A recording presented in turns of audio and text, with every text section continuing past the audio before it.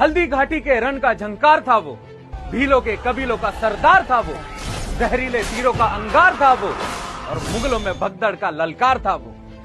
अरावली पर्वतों के घने जंगलों में रहने वाला राणा पूंजा वैसे तो एक भील राजा था, लेकिन जब मेवाड़ के बाकी राजाओं ने अकबर से हाथ मिला लिया तो पूंजा भील ही एकमात्र ऐसा था जिसने अंजाम की परवाह किए बिना ही अपने 400 सैनिकों के साथ महाराणा प्रताप से कंधे से कंधा मिलाने को वो तैयार हो गया।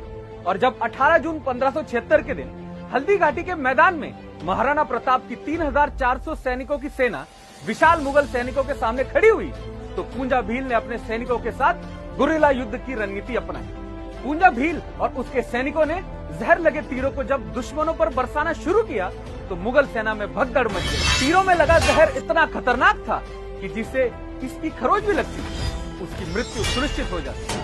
इतना ही नहीं, इन भील योद्धाओं का निशाना इतना अचूक था कि उनका छोड़ा हुआ तीर सीधा जाकर मुगल सैनिकों के सीनों में धंस रहा था। मुगल सैनिकों को यह समझते देर नहीं लगी कि उनका सामना एक बड़ी मुसीबत से हुआ है। रक्षा पंक्ति के सैनिक पीछे की ओर भागने लगे। कोई भी सैनिक इन तीरों का सामना करने के लिए तैयार नहीं था। जिसे भी तीर लगता वो वही गिरकर अपने प्राण गंवा देता। देखते ही देखते उस विशाल सेना के पैर उखड़ गए।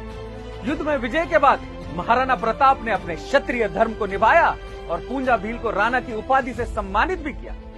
तभी उन्हें राणा पूंजा भील के नाम से जाना जाता है। इतना ही नहीं, मेवाड़ के राज्य चिन्ह में भी उन्हें स्थान दिया गया है। राज्य चिन्ह में एक तरफ महाराणा प्रताप का चित्र है तो दूसरी तरफ पूंजा भील का भी चित्र है।